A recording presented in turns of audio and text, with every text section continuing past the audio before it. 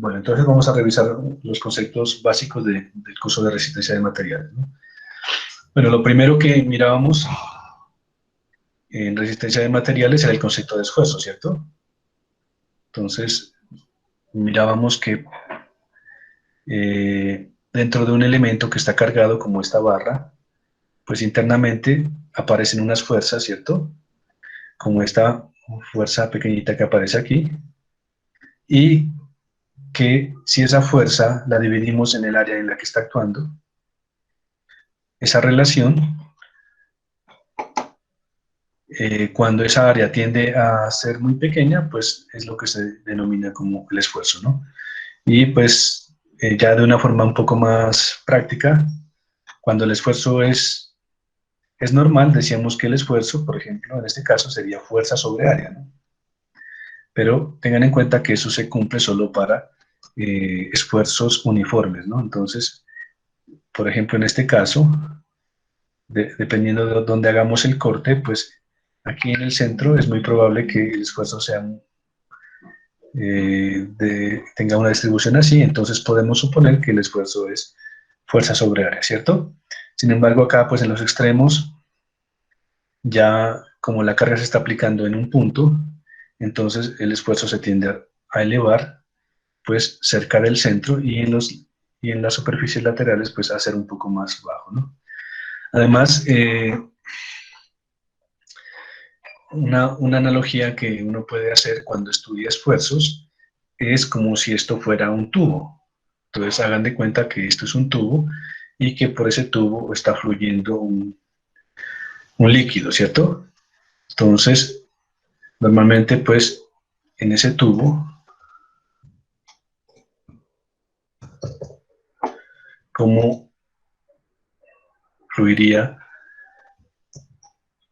¿Cómo fluiría, digamos, si por aquí, esto es una tubería, cómo serían las líneas que describen el flujo? Pues serían unas líneas rectas, ¿cierto? Aquellas líneas que describen el flujo de ese fluido. Si estamos haciendo esa analogía, ¿no? Bueno, sin embargo, por ejemplo, ¿qué pasaría si, si, a, esta, si a esta tubería no es así lisa y rectangular como originalmente se planteó, sino que, por ejemplo, tiene un hueco?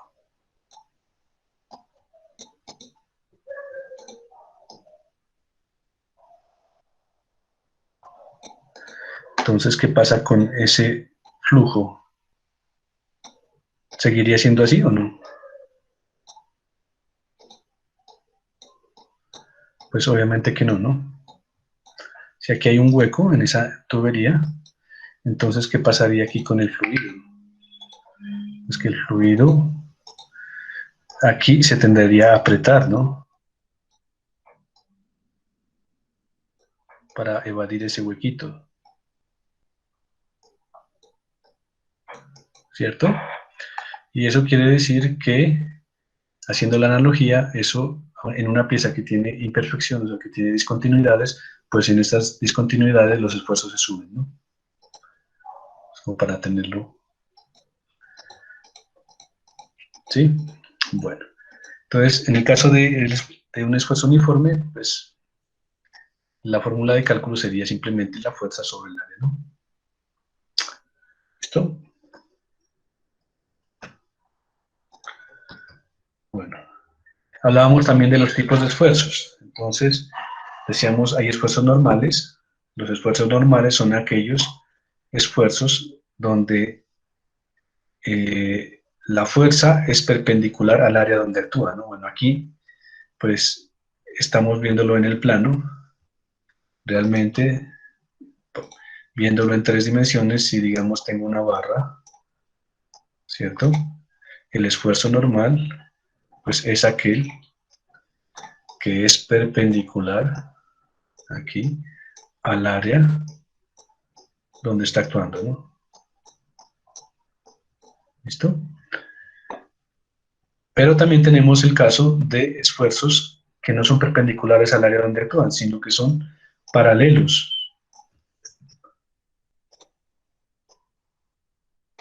al área donde actúan. Este es el caso de los esfuerzos cortantes, ¿no? Esfuerzos normales perpendiculares al área, esfuerzos cortantes paralelos al área donde actúan. Y dentro de los esfuerzos normales, pues tenemos tensión, cuando esos esfuerzos tienden a alargar la pieza sobre la que están actuando, y de compresión cuando tienden a cortarla, ¿no? Y por otro lado, pues tendríamos los esfuerzos cortantes, que son aquellos que actúan de una forma paralela al área, ¿no? ¿Dónde son frecuentes los esfuerzos cortantes? Pues, por ejemplo, en esas conexiones. Aquí tenemos un caso de dos placas conectadas con un tornillo, y pues aquí estas dos placas están tratando de cortar el tornillo por esta área, ¿cierto?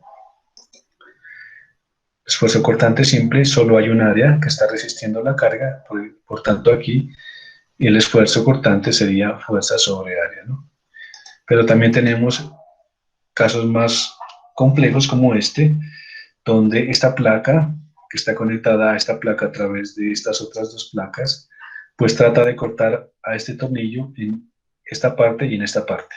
Es decir, que la carga se está dividiendo en dos, ¿cierto? Y entonces aquí hay dos áreas de corte, y el esfuerzo cortante en este caso sería fuerza sobre dos áreas, ¿no? ¿Listo? Bueno, también mirábamos lo que eran los esfuerzos de aplastamiento, ¿no? Entonces, los esfuerzos de aplastamiento se generan en el contacto.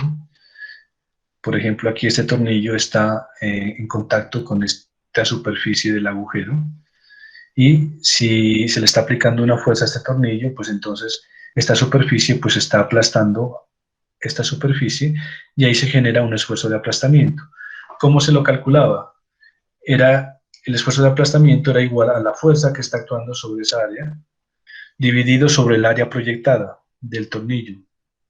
¿Cuál es esa área proyectada? Es esta área que se ve aquí, ¿no? O sea, esta área que se ve aquí es un rectangulito, y que tiene una altura T, que sería el espesor de la placa, y que tiene un ancho D, que sería el diámetro del tornillo, ¿no?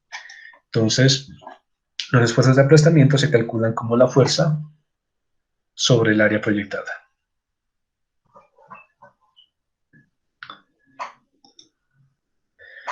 También definíamos un concepto bien importante, que era el de factor de seguridad. Decíamos que es un número que estima el nivel de seguridad de un diseño basado en el conocimiento de las cargas y de la resistencia, ¿no? Entonces, el factor de seguridad, o N, como lo llamábamos también, se define como la resistencia sobre el esfuerzo máximo, ¿no? ¿Sí? Y decíamos que para que un diseño sea seguro, ese factor de seguridad tendría que ser mayor que ¿cuánto? Si se acuerda. Mayor o igual a. A uno, profe. Mayor o igual a 1, ¿no? Eso O, dependiendo para quienes eran también. o en pocas palabras, la resistencia tiene que ser mayor que el esfuerzo para poder tener un margen de seguridad, ¿no? Entonces, hablando del factor de seguridad, pues a veces también yo les pongo el ejemplo, y es que si uno, por ejemplo, se va de viaje, se va de vacaciones, y uno estima que se va a gastar, por ejemplo, 1.000.000 de pesos en las vacaciones, entonces, para no ir como tan a ras, pues uno lleva un colchoncito, no lleva 1.000.000 de pesos, sino que lleva 1.500.000, ¿sí? Para ir un poco sobrado, ¿sí? De pronto le pase algo. Entonces, ahí tendríamos un factor de seguridad de 1.5, ¿cierto? En ese caso. Y pues eso lo podemos aplicar en muchas otras cosas, ¿no? Simplemente es para ejemplificar que el factor de seguridad es un margen que tenemos los diseñadores para poder dormir tranquilos, ¿no? Y ese factor de seguridad debe ser grande, siempre, dependiendo de la situación, ¿no? Por ejemplo, a veces podemos estar diseñando algún componente que si se daña, pues no pasa nada, por ejemplo, un equipo de oficina, una impresora, un, una calculadora, ¿sí? Pero podemos estar diseñando también cosas que son muy críticas, por ejemplo, un puente, un ascensor, una caldera, un recipiente a presión, un cilindro de gas, por ejemplo. Cosas muy críticas, ¿cierto? De tal forma que si llegan a fallar, pues en primer lugar van a fallecer personas y pueden haber grandes pérdidas económicas. Entonces, en esos casos, el factor de seguridad tiene que ser más grande. ¿Listo? Bueno, también hablamos en el curso, y esto también hablamos en el curso de materiales, ¿no? Del diagrama esfuerzo-deformación. Esta prueba es una prueba bastante usada para caracterizar materiales en diferentes proyectos o en investigaciones, donde se toma una porción de material, una probeta, y se la somete a una máquina de tensión como esta, donde cada mordaza pues se aplica una carga y se mide el alargamiento, ¿no? Entonces, esta probeta originalmente tenía una longitud, pero a medida que se le aplica una carga, pues por ejemplo de tensión como esta de aquí, pues va a tender a alargarse, ¿no? Y de esa prueba, pues se extrae un diagrama como estos, que es el diagrama de esfuerzo de formación. Entonces, miren que pues aquí estas probetas ya han fallado, y aquí se puede ver cómo fallaron, ¿no? Entonces, se va aplicando carga, si eso es proporcional al esfuerzo, es decir, que el esfuerzo va aumentando la deformación, hay una zona elástica, aquí entramos en una zona plástica y finalmente la parte se rompe, ¿no? Por ejemplo, esta es la curva de esfuerzo de formación de un acero, esta es la curva de esfuerzo de formación de un aluminio, ¿no? Noten que, por ejemplo, en estos casos, este material, tanto el acero, que es un acero de bajo carbono, y el aluminio, experimentan una grande deformación antes de fracturarse, ¿no? Porque son materiales dúctiles. Además, miren la falla, ¿no? Aquí uno puede ver una zona localizada donde ocurre una gran deformación y además se forma un cuello, ¿no? ¿Sí? Materiales dúctiles. En cambio, hay materiales donde se les aplica la carga, están en una zona lineal y se rompen súbitamente, ¿no? Y aquí pueden ustedes ver que la superficie de falla es una superficie recta y aquí no hay grandes deformaciones, es una falla frágil, ¿no?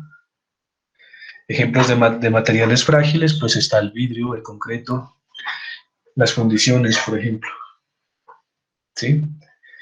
Y en ingeniería, nosotros preferimos los materiales frágiles, ¿cierto? ¿Qué opinan?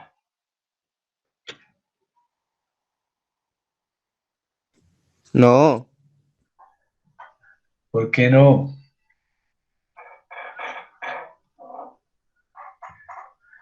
¿Cuáles porque se... materiales son más, cuáles materiales son más deseables en ingeniería? ¿Materiales frágiles o dúctiles? Dúctiles, ¿no? Dúctiles, ¿no? ¿Por qué? Porque se los puede manipular más fácil. Se los puede manipular más Yo fácil. diría porque en el fallo, digamos, como que mejor prefiero que presente como que se va a dañar a que se dañe ya. Entonces, pues no sé. Sí, ¿alguien tiene otra opinión? Que ofrezcan resistencia hacia el peso o la fuerza que se le ponga Bueno, Jonathan, pero a un ten en solo. cuenta, ten en cuenta que la ductilidad, pues, no necesariamente significa lo mismo que resistencia, ¿no? Porque, por ejemplo, el vidrio es un material muy resistente, pero es frágil. Entonces, ¿cuál es la diferencia? Bueno, Mike nos dio unas pistas, ¿no? Y es que, pues, obviamente es preferible un material que te avisa que va a fallar, porque tú visualmente puedes mirar que se está deformando Y pues entonces eso te da tiempo para poder tomar una acción correctiva, ¿no? O, por ejemplo, si hablamos de una vivienda, por ejemplo, si ustedes miran que su casa ya se está como Tambaleando. jugando, por ejemplo, entonces eso les da tiempo para salir corriendo. Pero si ustedes están tranquilos en su casa y cuando de un momento para otro se les viene la losa encima, no les da tiempo para moverse, ¿no? Entonces, preferimos en ingeniería los materiales dúctiles, ¿sí? Dúctiles. Bueno, sigamos.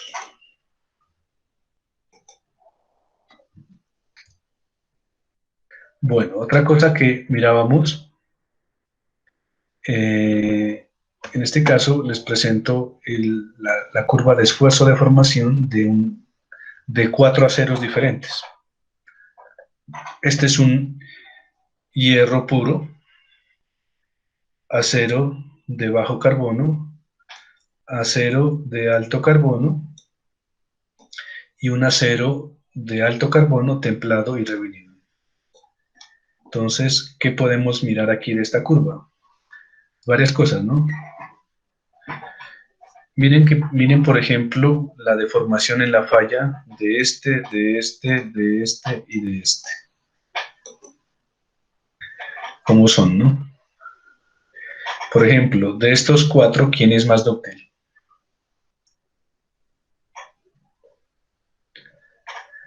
El primero. Hierro. Este, ¿no? El hierro puro es más dúctil porque, miren, se deforma ostensiblemente antes de fallar. En cambio, este, pues sí se deforma un poco, pero es mucho menor comparado con este, la deformación, ¿no? Aquí podemos concluir algo importante y es que a medida que se va reforzando o a medida que un acero aumenta la resistencia, pues generalmente pierde ductilidad, ¿no? Es algo inevitable. La naturaleza nos da por un lado, pero nos quita por el otro. Acá tenemos un material muy resistente, pero menos dúctil, ¿no? Acá tenemos un material de una resistencia muy baja, pero bastante dúctil, ¿no? Por una parte. Por otra parte, podemos mirar aquí algo importante. ¿Se acuerdan que ustedes que esta zona lineal que se presenta al inicio de la curva se la llamaba la zona elástica, ¿cierto? Y en la zona elástica, la pendiente de esta recta era el módulo de elasticidad del material. ¿Qué podemos concluir aquí de los 4 materiales presentados aquí? Son, ¿cómo es el módulo de elasticidad de los 4?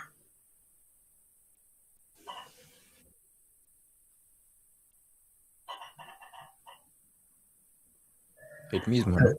Es el mismo, ¿no? Es el mismo. Entonces, aquí también concluimos algo importante para recordar, y es que en los aceros no importa el tratamiento térmico, la aleación que tenga, todos los aceros tienen el mismo módulo de elasticidad, ¿no? ¿Listo? Y ese módulo de elasticidad, pues ustedes recuerdan que está relacionado por la ley de Hooke, relaciona el esfuerzo con la deformación, ¿no? Bueno, también hablábamos de... ¿alguien me puede recordar aquí antes de continuar cuánto vale el módulo de elasticidad del acero? 285. 200.000 megapascales, ¿no? ¿Recuerdan? 200.000 megapascales. ¿Y en PSI cuánto era? 30 millones, ¿no? De PSI. Bueno. También mirábamos el tema de deformación unitaria. Entonces decíamos, por ejemplo, cuando tenemos una barra como esta, si le aplicamos una carga, pues aquí sufre un alargamiento, ¿no? Ese alargamiento lo llamábamos delta, y si esa barra tenía una longitud original de L, pues decíamos que La deformación está relacionada con este delta, ¿no? Pero ¿cuál es la relación? Entonces, aplicábamos aquí la ley de Hooke, sabemos que el esfuerzo es proporcional a la deformación, ¿cierto? De aquí podemos despejar deformación, que sería esfuerzo sobre módulo de elasticidad. Despejando esfuerzo, tendríamos que esfuerzo es fuerza sobre área, ¿cierto? Y entonces se definía aquí lo que era deformación unitaria, que es el alargamiento sobre la longitud inicial. Y si combinamos estas dos ecuaciones, podríamos hallar aquí que el alargamiento es proporcional a la carga y a la longitud e inversamente proporcional al área y al módulo de elasticidad, ¿no? O en pocas palabras, para hablarlo más claro, este alargamiento aquí va a ser más grande si esta fuerza es más grande, por una parte. También va a ser más grande si esta longitud de la barra originalmente era grande. Y va a ser pequeño entre más gordita sea la barra, es decir, entre más área tenga. Y va a ser pequeño también si el material es más rígido, ¿no? Es decir, que por ejemplo, si tenemos una barra de aluminio y una de acero y le aplicamos la misma carga y tienen las mismas dimensiones, pues se va a alargar más fácilmente la de aluminio porque tiene un módulo de elasticidad más bajo que la del acero, ¿no? Bueno, también mirábamos que hay otro tipo de deformaciones por cortante, ¿no? Entonces, mientras las deformaciones axiales se debían a alargamientos o acortamientos, las deformaciones por cortante provocan es distorsión. Entonces, mirábamos que, por ejemplo, en este cuadrito, cuando se le aplican esfuerzos cortantes a un, a un cubo de material, ¿cierto? Los esfuerzos cortantes provocan distorsión, es decir, que este ángulo que originalmente era aquí ortogonal o de 90 grados, pues cambiaba, ¿no? Y ese ángulo que cambiaba aquí es lo que se llama el ángulo de deformación por cortante, ¿no? Y entonces también tenemos una ley de Hooke para los esfuerzos cortantes, donde el esfuerzo cortante es proporcional al ángulo de deformación por cortante. Y esta constante de proporcionalidad es el módulo de elasticidad acortante, o llamado G, ¿no? ¿Listo? Y el ángulo de deformación por cortante, gamma, se lo mide normalmente en radianes, ¿no? Bueno, mirábamos que uno de los estados de esfuerzo también típicos que estudiamos es el de torsión. Se presenta normalmente en ejes. Por ejemplo, aquí tenemos una turbina que está moviendo un generador y para transmitirle torque, pues se está utilizando un eje, ¿no? Y este eje pues está sometido a un torque aquí y a un torque acá, y ese torque pues tiende a generar torsión sobre el eje.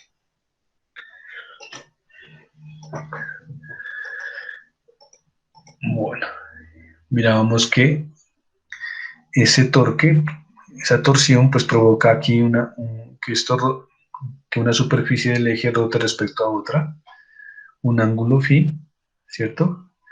Mirábamos que internamente, si teníamos un cuadrito en el material aquí en la superficie del eje, pues cuando le aplicábamos el torque, ese cuadrito se distorsionaba y eso nos permitía sospechar que en torsión el estado predominante de esfuerzos es un estado de esfuerzo cortante, ¿no?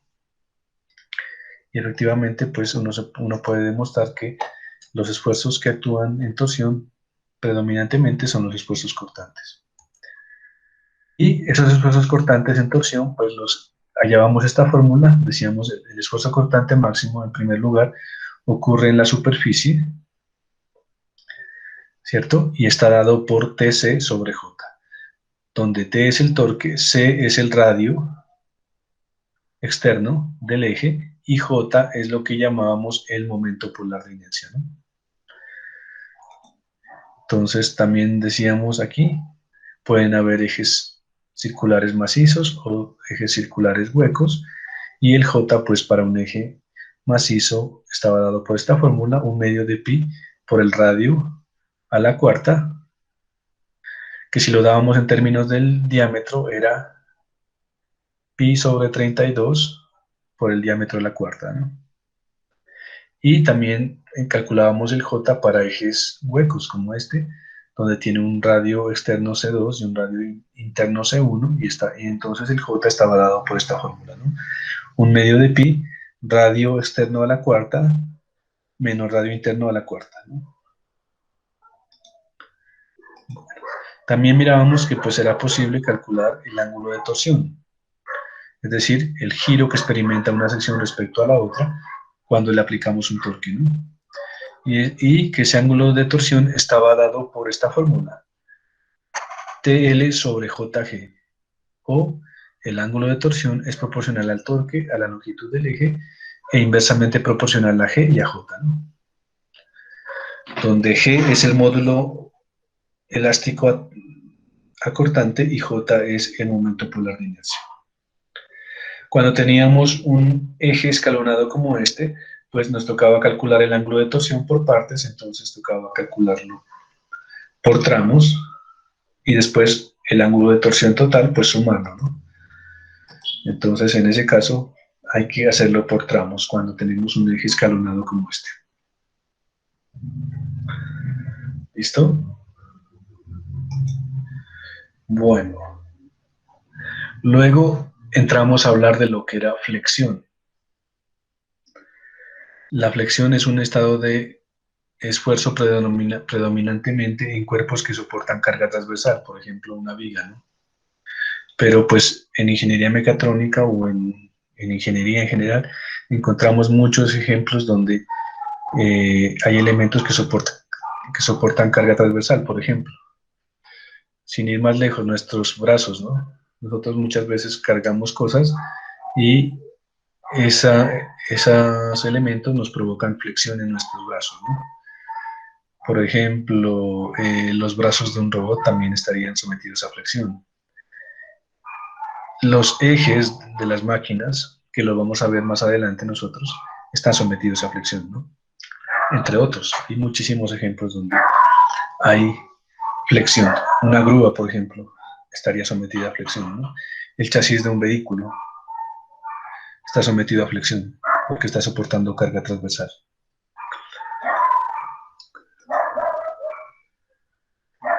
Bueno, entonces, ¿cómo calculábamos los esfuerzos? Pues sabemos que en una viga a flexión se desarrollan esfuerzos de tracción y esfuerzos de compresión, ¿cierto? Que hay un eje o una superficie sobre la viga donde decíamos que queda el eje neutro, y en el eje neutro el esfuerzo vale ¿cuánto? 0, ¿no? En el eje neutro. Y también sabemos dónde queda ubicado el eje neutro. El eje neutro queda ubicado en el centroide de la sección. Y llegamos a esta ecuación que dice que el esfuerzo de flexión es proporcional al momento flector, a la distancia desde el eje neutro hasta la fibra más alejada o menos alejada, y dividido el momento de inercia IZZ, ¿no? Y también definimos el módulo de la sección como la división de momento de inercia sobre la distancia desde el eje neutro hasta la fibra más alejada, ¿no? Bueno, también mirábamos que esas vigas sometidas a flexión se deforman, ¿sí? Se experimentan desplazamientos, y que para poder calcular esos desplazamientos, pues nosotros teníamos que calcular una función matemática que define la curva elástica, ¿no? De esa viga. Entonces, ¿cómo calculábamos esa curva elástica?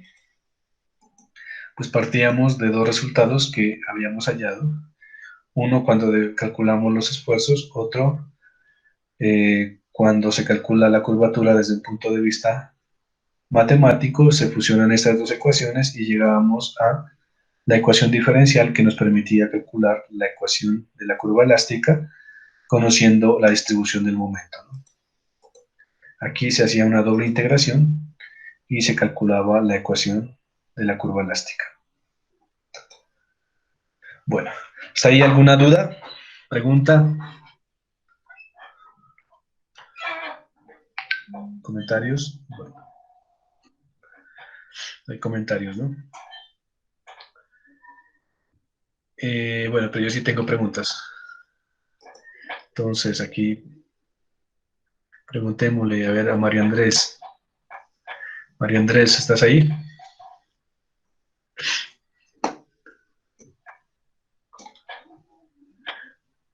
No está, parece. No, preguntémosle a Leibniz Eduardo Chanam.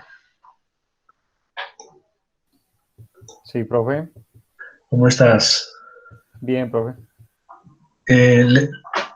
Chana, contame una cosa. Sí. Aparte de ese método que les acabé de mostrar para calcular deflexión en vigas, es decir, de utilizar esa ecuación diferencial, ¿cuál otro método mirábamos en resistencia para poder calcular reflexiones en vigas?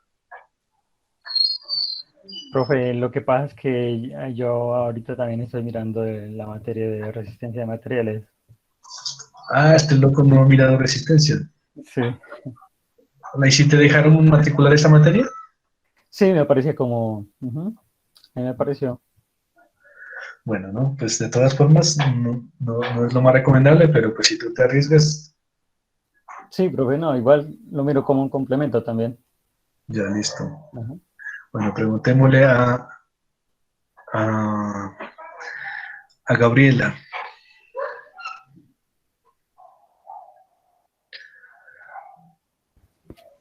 Hola, profe. ¿Qué tal, Gabriela? ¿Cómo estás? Bien, ¿y tú? Bien, también. Gabriela, ¿tú nos puedes recordar si había otro método en el curso de resistencia para calcular deflexiones en vigas? No, yo no recuerdo, profe. Bueno, no se acuerda, Gabriela. Bueno, voy a ponerle a estudiar ese método.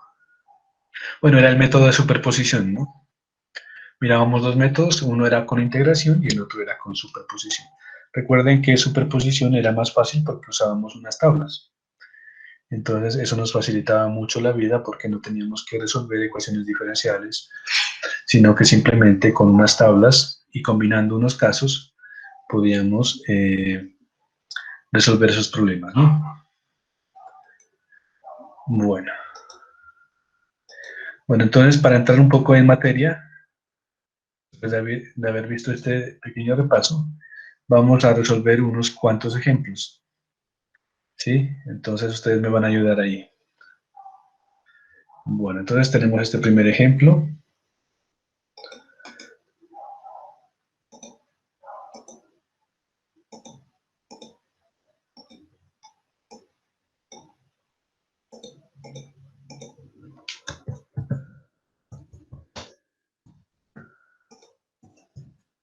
Bueno, ¿qué nos dice el enunciado? Dice, el siguiente mecanismo utiliza un cilindro hidráulico que actúa en C, o sea, aquí, levanta una carga de 500 kilogramos que se aplica en B, o sea, acá.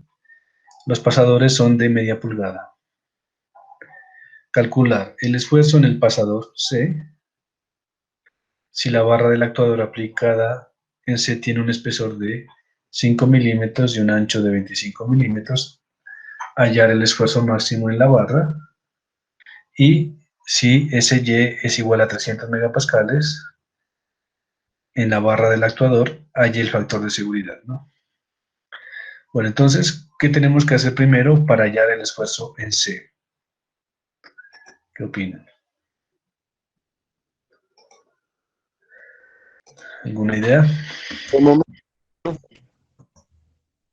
no ¿Cosa? mentira, el diagrama de fuerzas. Diagrama de fuerzas.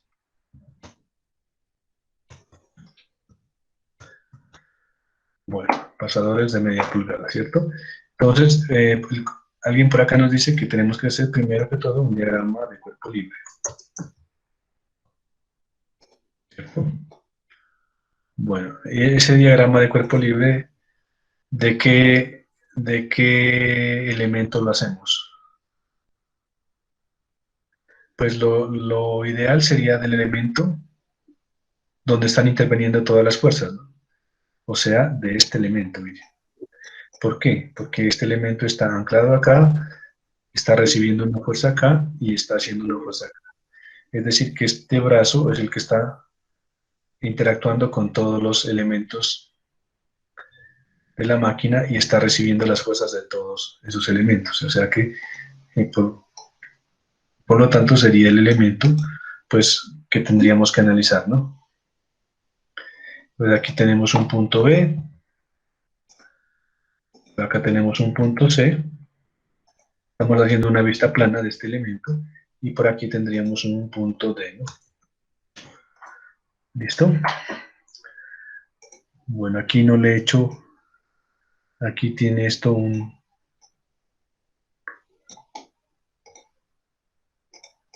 soporte de esta forma, pues una orejita aquí, como para que ustedes no se pierdan ahí.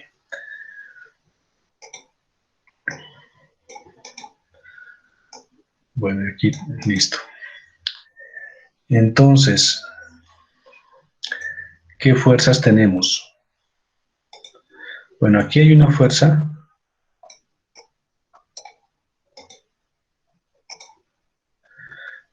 que la voy a llamar, esta es la fuerza BA, o la fuerza que está haciendo sobre la barra, ¿no?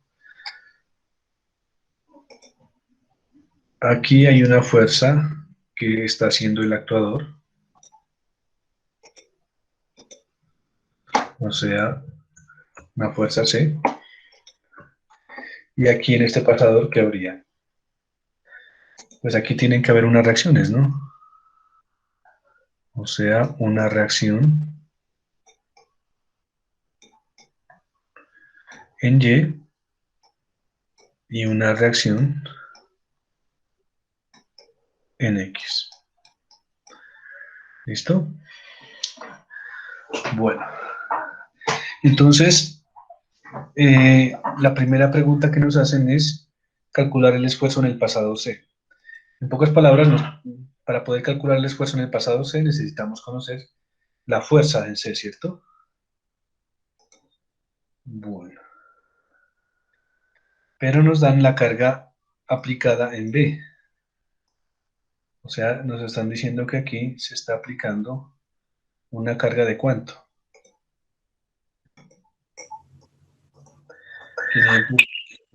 500 kilogramos, ¿cierto? Multiplicado por 9.81, ¿eso cuánto es?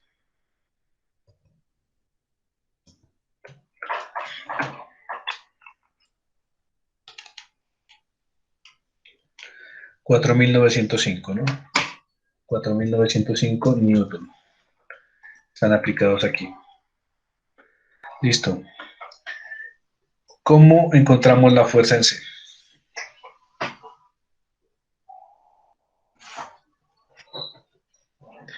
¿Alguna idea? ¿No es con sumatoria de fuerzas, profe? Sumatoria de fuerzas o sumatoria de momentos, ¿no? Ah, Bueno, entonces, en este caso, para ir directo al grano, creo que lo más fácil es sumar momentos, ¿cierto? ¿Sí o no? Sí. Miren que todo lo que nos están pidiendo prácticamente es del pasador C. No nos están pidiendo nada del punto D, ¿no? Entonces, pues no vale la pena resolver todo el problema estático, sino que simplemente ir directamente aquí, ¿no? Entonces, ¿qué les parece si, por ejemplo, aquí sumamos momentos con respecto al punto D?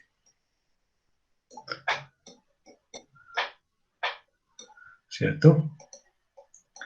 Si nosotros sumamos momentos respecto a este punto, pues solo participarían de los momentos esta fuerza y esta fuerza. Pero esta es conocida, entonces fácilmente podríamos encontrar esta, ¿no? Entonces, momento de esta fuerza respecto a este punto, ¿cuánto sería? 4.905 por 8 más 6. No, ¿Cuánto es por 8 8 más está 6? 6 más 8, ¿cuánto es? Por 14. 14. 14, ¿no? 4.905 por 14. ¿Momento positivo o negativo? Positivo. Positivo porque esto provoca una rotación antihoraria, ¿no? La fuerza respecto a este punto. Y listo. Momento de esta fuerza respecto a este punto. Menos FC por 8. Sí, señor. Menos FC por 8. Eso sería igual a 0, 0. ¿no? Entonces, FC sería ¿cuánto?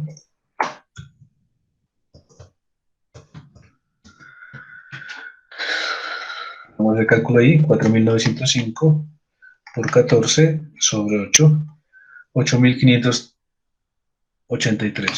8.583.7 newton, ¿no? Listo. Tenemos la fuerza. Bueno. ¿Cómo calcularíamos el esfuerzo entonces? Aquí.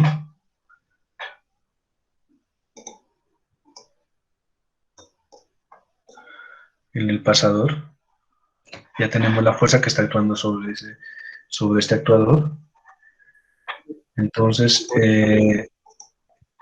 bueno, preguntémosle a Juan Camilo.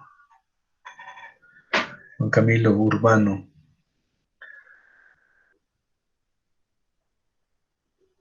Juan Camilo, ¿estás ahí?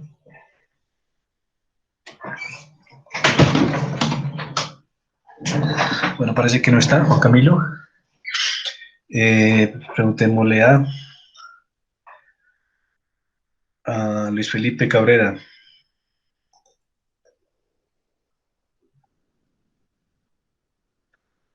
Dígame, Tampoco.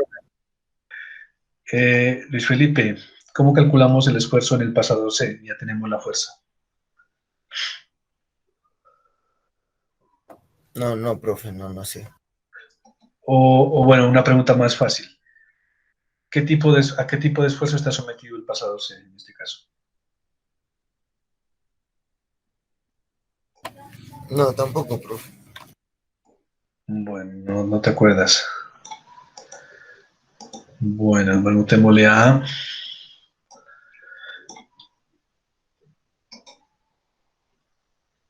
Sebastián Armando de la Rosa. Sebastián, Sí, profe, cuéntame. ¿a qué tipo de esfuerzo está sometido el pasador C? A ver, a fuerza de tracción, No, el pasador, ¿no? el pasador, El pasador, no el actuador, sino el pasador. mm, sería, yo creo que es compresión, porque de torsión no creo. Está sometido a cortante, ¿no? Está sometido a Ah, cortante. sí. Claro, mira, Claro, profe, no, se qué está pena. tratando de cortar, ¿no? Sí, Bueno, señor, ¿verdad? y entonces listo, ya sabemos que es cortante. ¿Cortante simple o doble? Ahí, Simple. ahí sí no. Bueno, entonces les voy a hacer un diagrama aquí sencillito para que lo vean. Doble. Aquí hay un soporte, aquí hay otro soporte. Y por aquí está el brazo del actuador. Y aquí hay un pasador.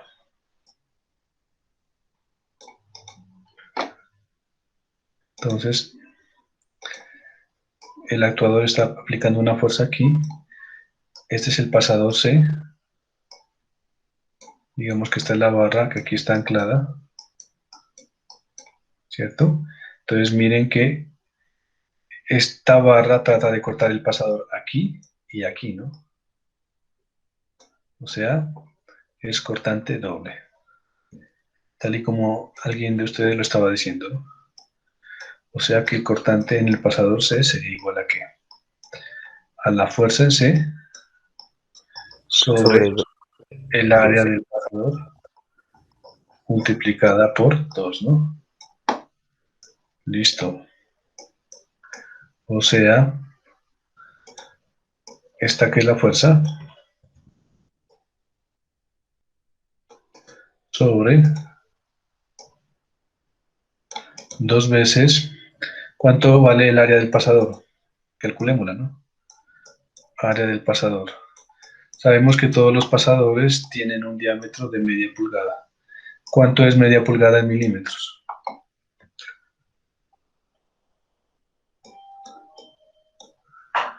Ahí pueden hacer ustedes la conversión. Eso es 12.7 milímetros, ¿no? El diámetro. Y sabemos que el área de un círculo, o en este caso del pasador, el área transversal sería pi sobre 4 por el diámetro al cuadrado, ¿no? O sea,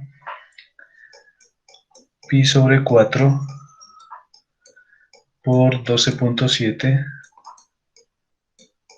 milímetros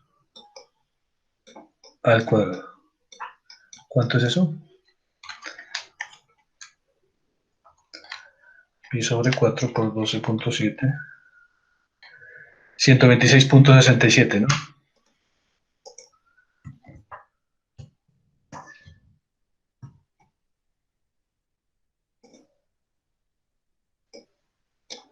Milímetros al cuadrado. Listo. Entonces ya tenemos el área. Aquí tendríamos 2 veces el área, que es 126.67 milímetros cuadrados. ¿Cuánto es eso?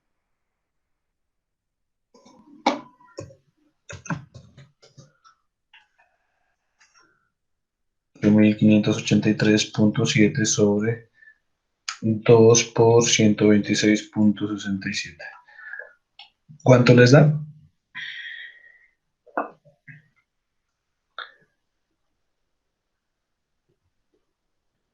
Bueno, a mí me da 33.8 megapascales, ¿no?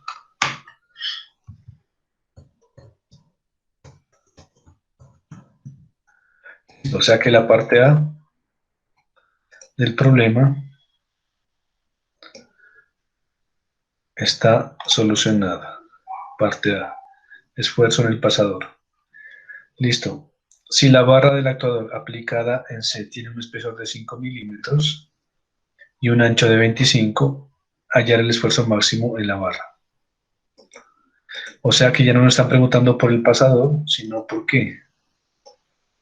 Por esta barra, ¿no? Ya no nos están preguntando por este, sino por esta barra. Tiene, dice, un espesor de 5 y un ancho de 25. O sea, un espesor de 5 milímetros de 25.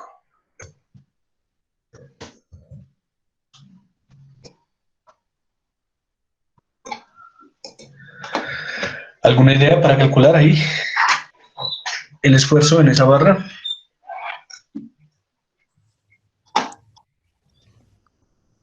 con el centroide, profe.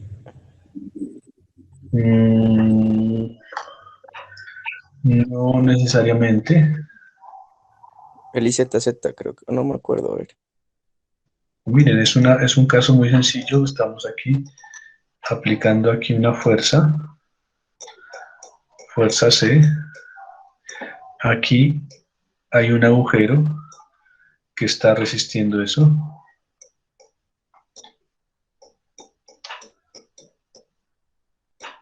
¿cierto? Y porque obviamente aquí en la punta, aquí en este extremo, tiene que haber un agujero para que el pasador pues lo atraviese, ¿no? O sea, la barra no es lisa aquí. Y entonces la pregunta que les hago aquí, si yo tengo una barra aquí con un agujero, Bueno, que aquí ya una barra con un agujero y le estamos aplicando una fuerza C, ¿por dónde fallaría? Por el Por la agujero. parte de abajo del agujero. ¿Abajo del agujero? O sea, en el extremo de abajo. Bueno, voy a preguntarles, por ejemplo, aquí. ¿Fallaría aquí, por ejemplo? ¿Fallaría aquí o fallaría acá? Ah, En la En la- mitad del agujero, ¿no, profe? Por ejemplo, A, B y C. sí, por las curvitas que usted puso, ahí no se juntan todas. En la B, ¿no? Fallaría en B, ¿cierto? Porque es la parte más débil. ¿Y por dónde definitivamente no fallaría nunca? En En A. A. una- No, en C. Porque miren que en C aquí no hay carga. Dañense. En B. En cambio en A sí hay carga, ¿no? ¿Listo? Bueno, entonces ya me respondieron, fallaría en B, ¿no? Entonces, viene aquí otra pregunta. ¿Cuánto vale el área en B, aquí en este corte? ¿Cuánto vale? La misma de arriba, la que sacamos, es 126. No, porque ese es el área del pasador, ¿no? Por eso. Y ahí no entra el pasador. No, no, no, verdad, pero aquí estamos, les voy a hacer un dibujito, miren. Este es el pasador. El área que calculamos era esta. Esto es lo que llamamos área del pasador, ¿cierto? Ahora estamos calculando la barra, y Ah, la barra sería la de la barra menos la del pasador. ustedes me dijeron que fallaría por aquí, entonces lo que les digo es cuánto vale esa área.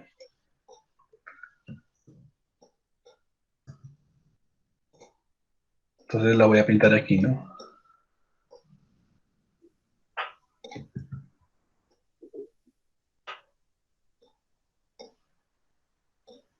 Ah, ya, ya, ya.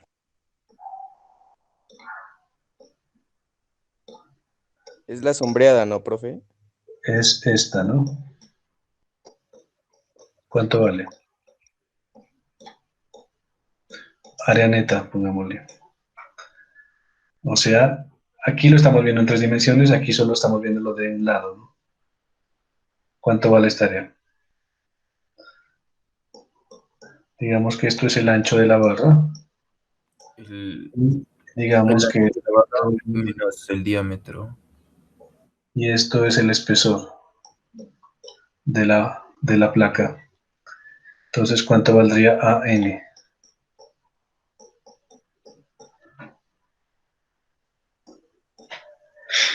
Pues sería el área de toda la barra menos el área del hueco, ¿no? O sea, el área de toda la barra es W por T, ¿sí? Porque es ancho por alto. Y el área del hueco, pues esto tiene un diámetro aquí, ¿cierto? El área del hueco sería T por D, ¿no?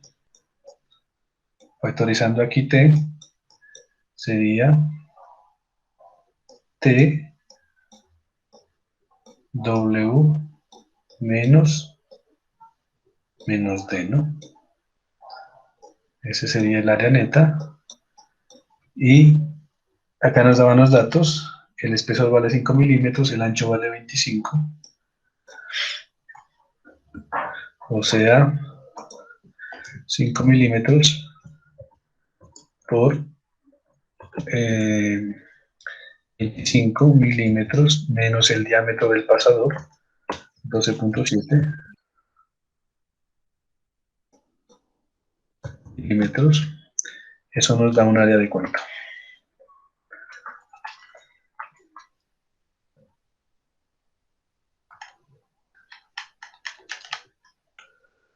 61,5, ¿no? Sí, profe. Milímetros cuadrados.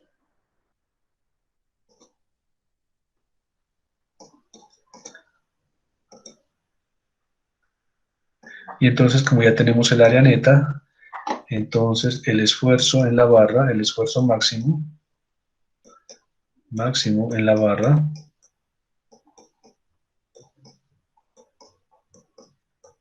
sería igual a ¿qué? A la fuerza C sobre el área neta, ¿no? O sea,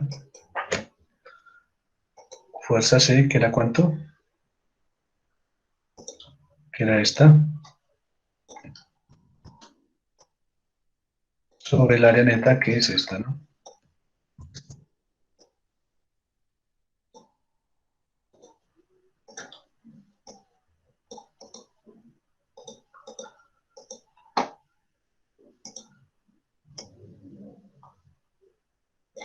Y entonces esto es igual a ¿cuánto?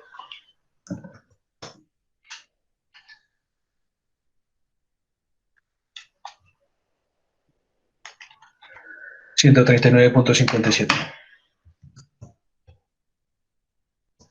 megapascales. ¿Listo? Ese sería el esfuerzo en la barra. ¿Listo? ¿Qué más nos dicen? Si SY es igual a 300 megapascales en la barra, calcular el factor de seguridad. Ahí sí ya nos quedaría súper fácil, porque ¿cómo se define el factor de seguridad?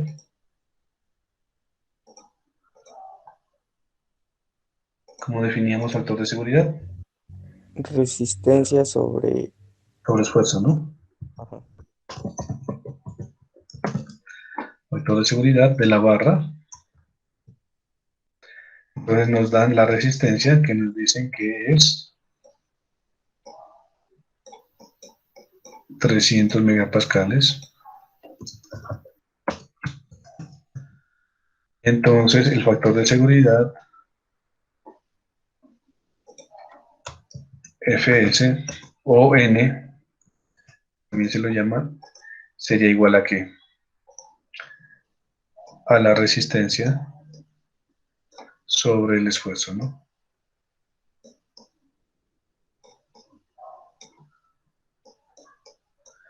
O sea, 300 megapascales, que es la resistencia, sobre el esfuerzo, que es 139.57. Entonces, ¿cuánto es?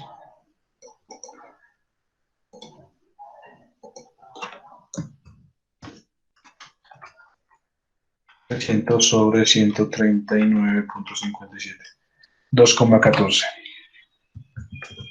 La pregunta es, entonces, ¿eso funciona bien o no?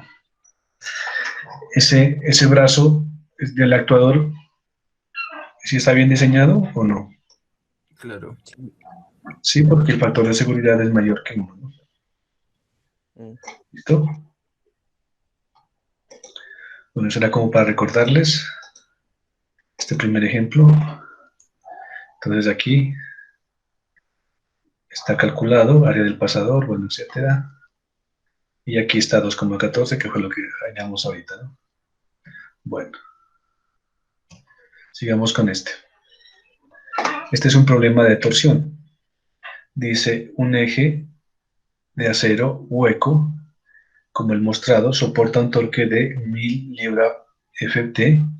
Entonces nos piden que hallemos el esfuerzo máximo y el ángulo de torsión. ¿Listo?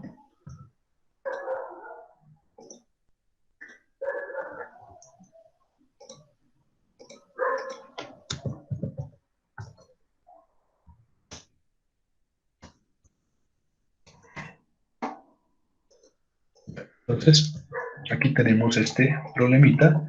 Nos dan el torque, ¿no?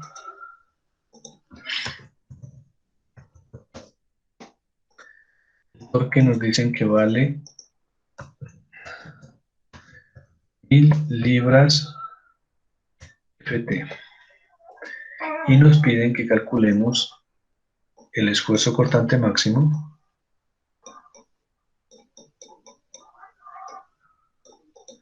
y el ángulo de torsión. ¿Listo?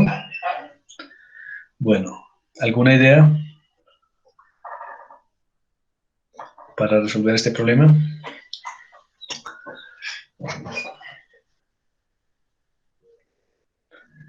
Bueno, entonces, ¿cómo calculamos el esfuerzo cortante máximo ahí, en ese caso de torsión? Lo miramos, ¿no? Hace un rato. Aquí están, mírenlo.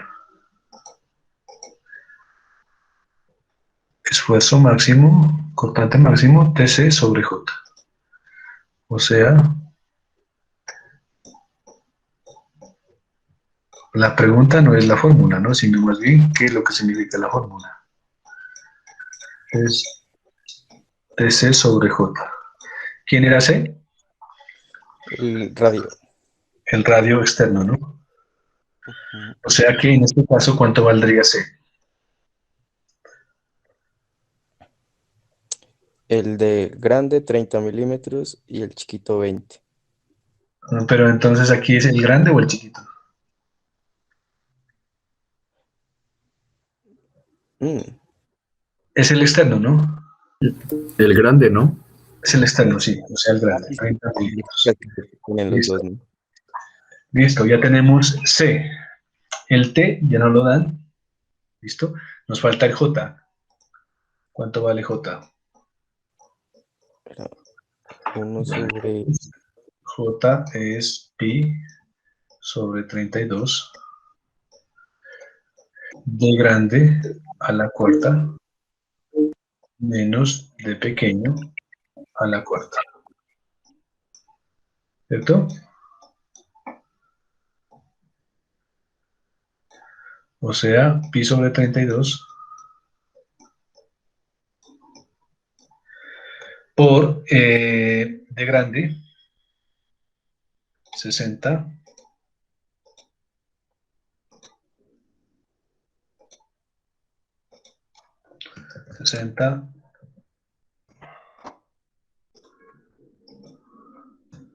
a la cuarta menos 40 a la cuarta. Listo.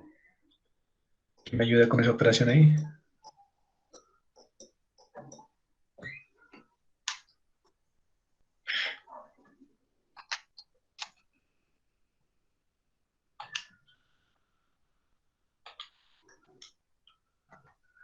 Bueno, a mí me da acá, verifíquenlo, 1.021.017. 1.021.017.6 milímetros a la cuarta. J. Listo. O sea que aparentemente ya tenemos todos los ingredientes de la ecuación para aplicarla, ¿no? Está. Pero nos falta un pequeño detalle. Miren que aquí esto está en milímetros, y acá esto está en libra-pie. Entonces nos toca hacer una conversión ahí, ¿no? ¿Cómo convertimos libra-pie a newton-milímetro?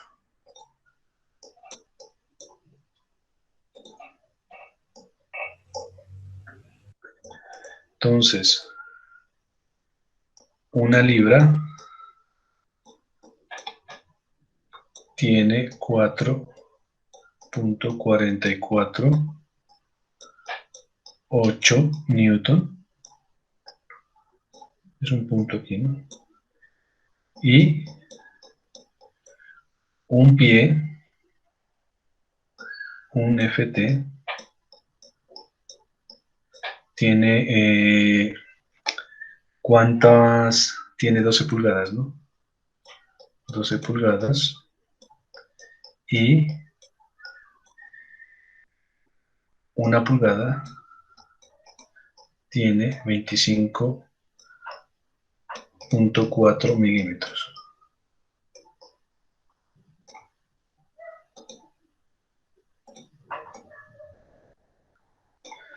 Entonces, ¿cuánto nos da eso? Ahí. Aquí podemos decirle a estas libras, con estas libras, chao, este FT con este FT, chao, pulgadas con pulgadas, chao, y nos va a quedar newton milímetro, ¿no? 1.355.750.4. A ver, veamos. 1000 por 4,448 por 12 y por 25,4. 1.355.750, ¿no? 4.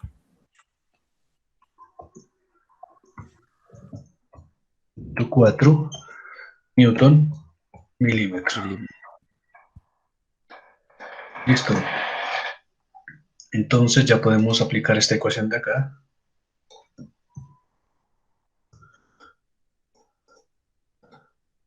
Que sería igual a que esto por C, que era ¿cuánto? ¿30?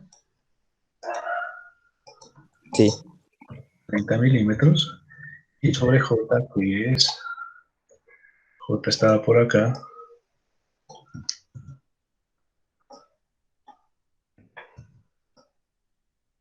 Listo. ¿Cuánto nos da?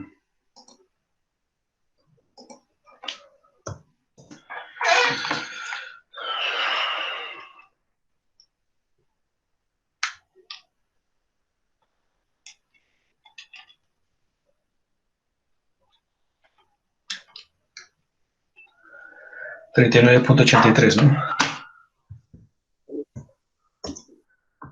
Megapascales. Megapascales. Esfuerzo cortante máximo en un eje a torsión. Listo. Nos piden otra cosa también, ¿no? El ángulo de torsión mismo. Entonces, la fórmula, ¿cómo era? Ángulo de torsión es igual a ¿qué? TL sobre GJ. Tenemos el torque, la longitud, nos la dan, el G y el J. Nos falta el G, ¿no? ¿Qué era el G? ¿Se acuerdan?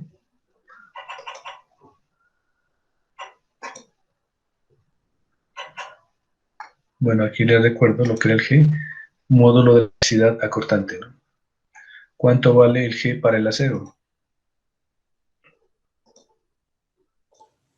200 megapascales. No, ese es el E, ¿no? Vale. El E es 200.000, ¿no?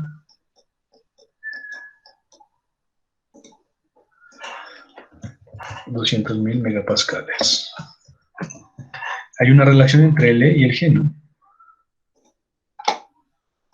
G es igual a AE por 2 por 1 más nu, ¿no? ¿Qué era nu? La relación de Poisson, ¿no? O sea que esto es igual a... O sea que el G del acero es esto, dividido. ¿Cuánto vale la relación de Poisson del acero?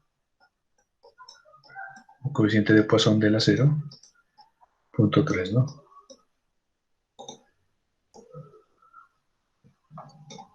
O sea que ¿cuánto vale G para el acero?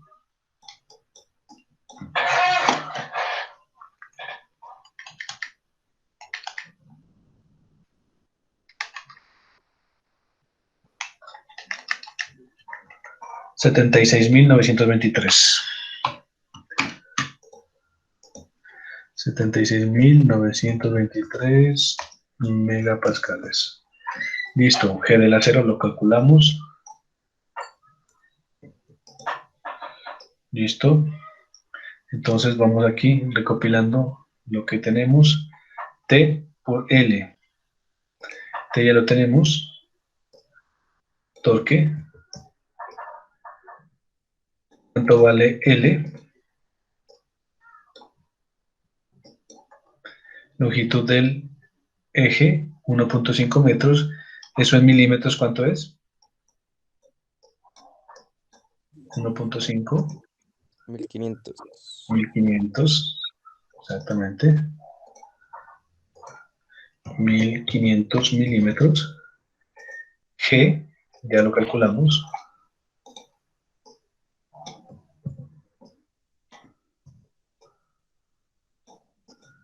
Y el J también ya lo teníamos, ¿no? Que era este.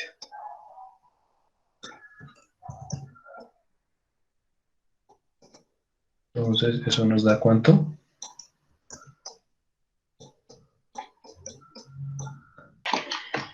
.0.025.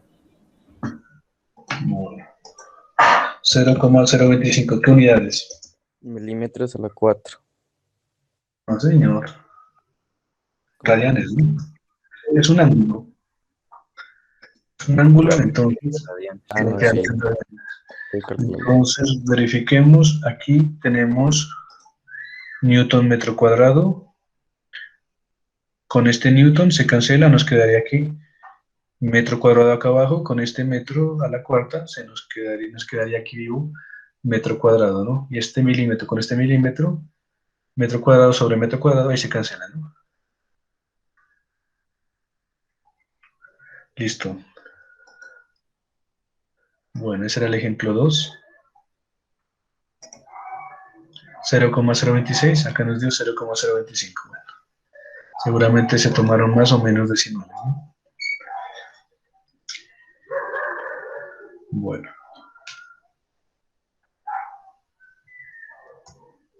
Listo. Y para terminar, vamos a calcular esta viga.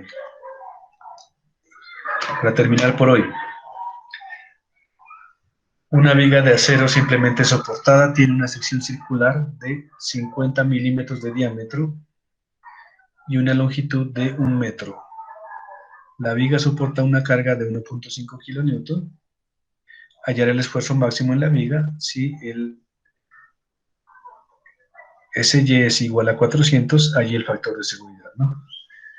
Entonces, ¿cómo resolvemos ese problema? Voy guardando aquí.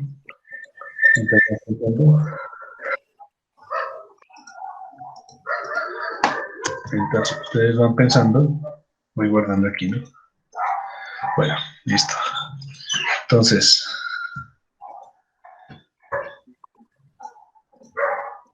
P medios vale en los extremos, ¿no? ejemplo 3.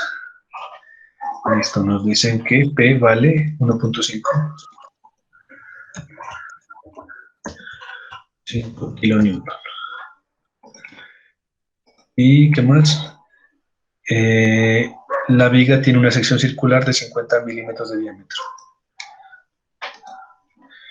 L es 1 metro y la viga tiene un diámetro de 50 milímetros. O sea, es una viga circular, ¿cierto? Pues aquí se la ve como un rectángulo, pero si la miraríamos de frente, pues esto es un tubo. Es lo que nos está diciendo ahí el problema. Tiene un diámetro D, ¿no? Es un tubo. Listo. Y nos piden que calculemos el esfuerzo máximo y el factor de seguridad. O sea, esfuerzo máximo y factor de seguridad.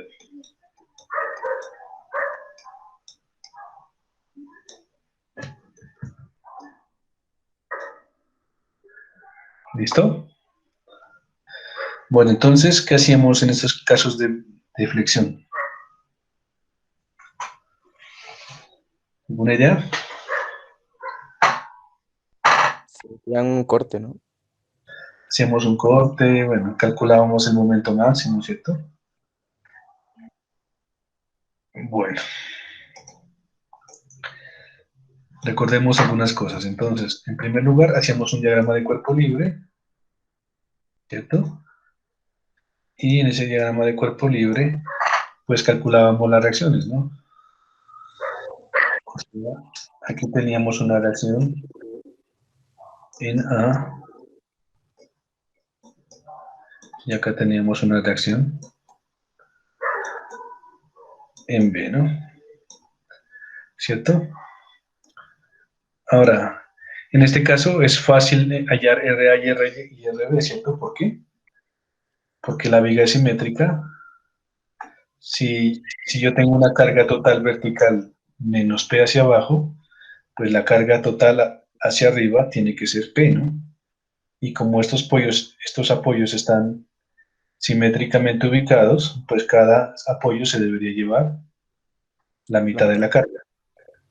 O sea que esto debería ser P medios y esto debería ser P medios. Listo. Resuelto el problema estático. Ahora sí, nos tocaba hacer un diagrama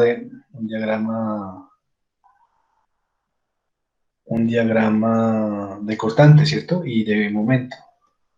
Bueno, es más, la carga total es 1.5, o sea que esto sería ¿cuánto? P medios, 0.75 kilonewton. Y esto de acá, 0.75 kilonewton. Listo. Bueno, entonces para hacer el diagrama de cortante, lo único que teníamos que hacer era un corte por aquí, ¿no? Entonces, vamos a hacer ese corte y analizarlo, ¿no? Bueno, aquí hacíamos un corte.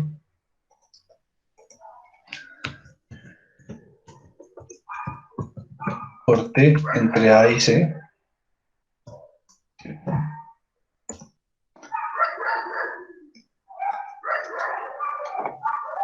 ¿Y eso era válido para qué valores?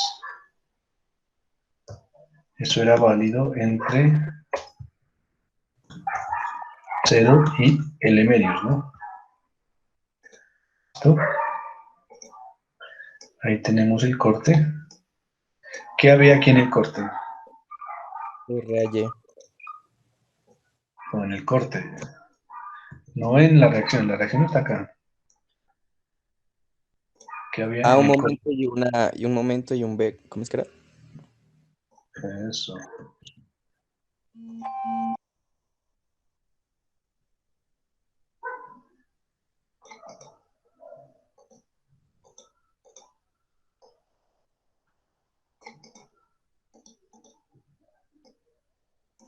O sea, esto es X. Y aquí en el corte, pues teníamos un cortante y un momento flector. ¿Cierto? Y sumábamos momentos respecto a al corte. Sumatoria de momentos respecto al corte era igual a 0. O sea, ¿cuánto nos daba eso? Menos RAY por X. Menos, de una vez, ¿no? 0.75 kilonewton por X más M igual a 0. O sea que M es igual a 0.75x. 0.75x, ¿no? Entonces, ¿dónde lo evaluábamos ese momento? Pues en los extremos del intervalo. O sea, aquí cuando x vale 0 y cuando x vale L medios. O sea, ¿qué pasa cuando x vale 0? 0. ¿Cuánto vale M? M igual a 0. ¿Y qué pasa si x es igual a L medios, o sea, 0.5 metros? ¿Cuánto vale M? 0.5 por 0.75, ¿cuánto es eso?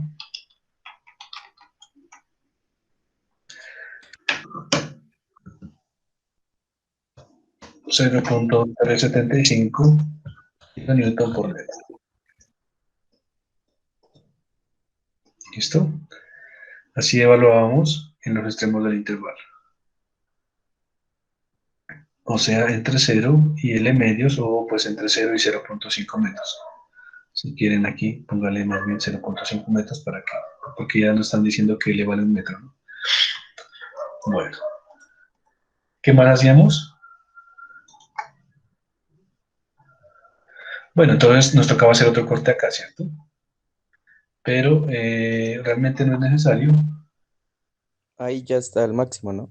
Ese es el máximo, ¿no? Porque si ustedes se acuerdan, el momento en este caso era una cuestión así, Ven, tranquilo.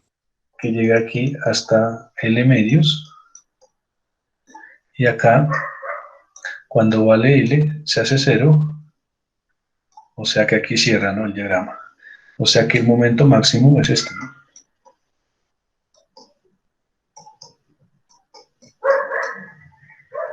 O sea, este, ¿no?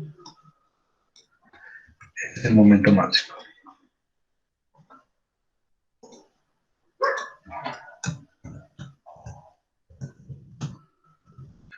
Listo. Tenemos el momento máximo. ¿Qué más necesitábamos para calcular el esfuerzo máximo? Pues si ustedes se acuerdan, la fórmula era esfuerzo máximo igual a M máximo por Y máximo sobre IZZ.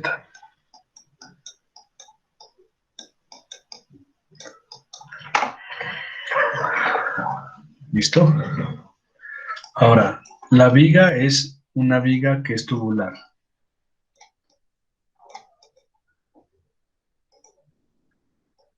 Y nos dan el diámetro. ¿Cuánto es?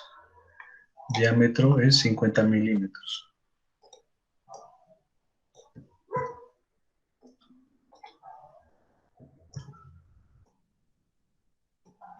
Listo. Entonces, ¿cuánto valdría en este caso el Y máximo? 25. Sí, señor. Si lo tienen claro todos, recuerden que el Y máximo es la distancia desde el eje neutro hasta la fibra más alejada.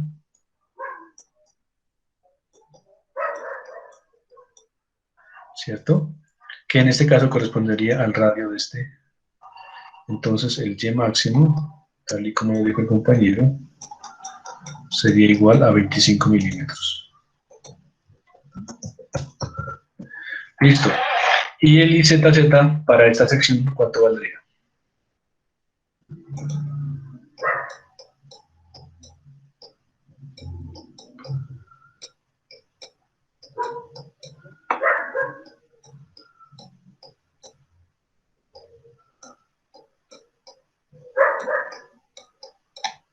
Pi sobre 64 por diámetro a la cuarta, ¿no? Ese es el IZZ. O sea, hagamos ese calculito ahí. Diámetro son 50. Pi sobre 64 por 50 elevado a la cuarta. 306.796.1.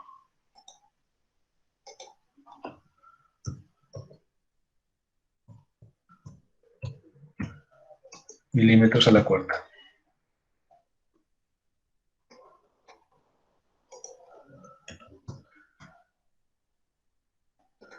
Listo. Tenemos el IZZ, tenemos todos los ingredientes que estábamos necesitando.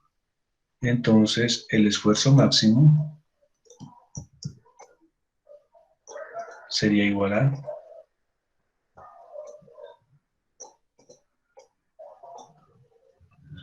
¿a qué? Momento máximo 0.375 kilonewton por metro. ¿Esto cuánto sería en newton milímetro?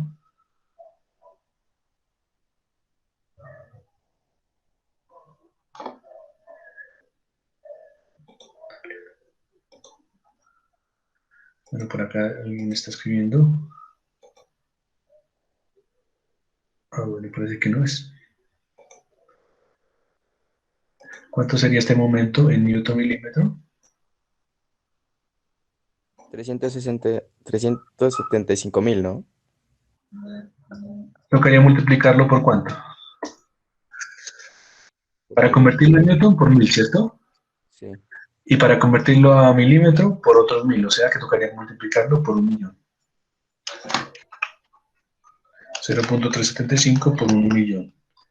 O sea, 375.000, tal y como lo dijo mi compañero. 375.000 newton milímetro. Listo. Copiémoslo.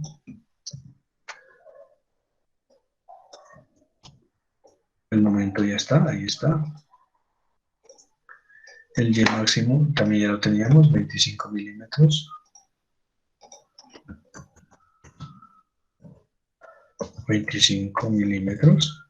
Y el IZZ también ya lo teníamos, estaba acá.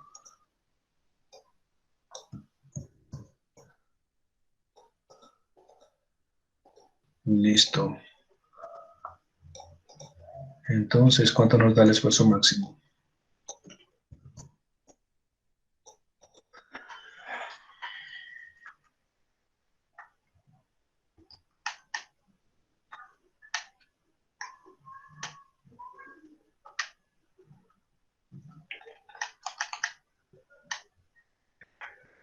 $30.55, ¿no?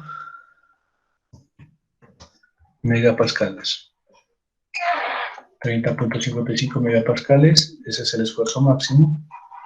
Veámoslo por acá, a ver, ya está calculado. 30.55 megapascales, listo. Y finalmente, ¿cómo calcularíamos el factor de seguridad?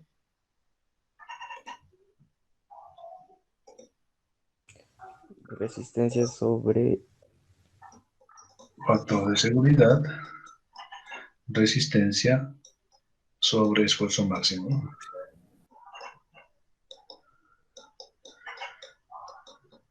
¿Cuánto era la resistencia? 400 megapascales. 400 megapascales sobre 30.55 MPa. ¿Cuánto es eso? 13.09 megapascales. ¿Cuánto? 13.09 megapascales. 13.09